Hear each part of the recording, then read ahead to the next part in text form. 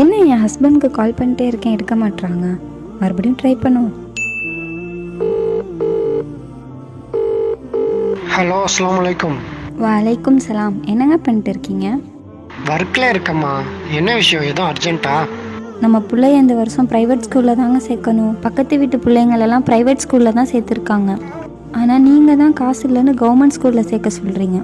Government ஸ்கூல்லலாம் சேர்த்தா நம்மளை பூர் ஃபேமிலின்னு மதிக்க கூட மாட்டாங்க. அடுத்தவங்களுக்காக நம்ம வாழ வேணாம் நிஷா. என்னோட சம்பளமே கம்மி தான், அது ஃபேமிலிக்கே கரெக்டாக இருக்குது.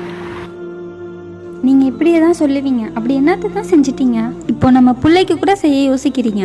என் சிச்சுவேஷன் புரிஞ்சு பேசு நிஷா. எனக்கு அதெல்லாம் தெரியாது. யார்ட்டையாவது கடன் வாங்கியாவது பிள்ளைய ப்ரைவேட் ஸ்கூலில் சேருங்க.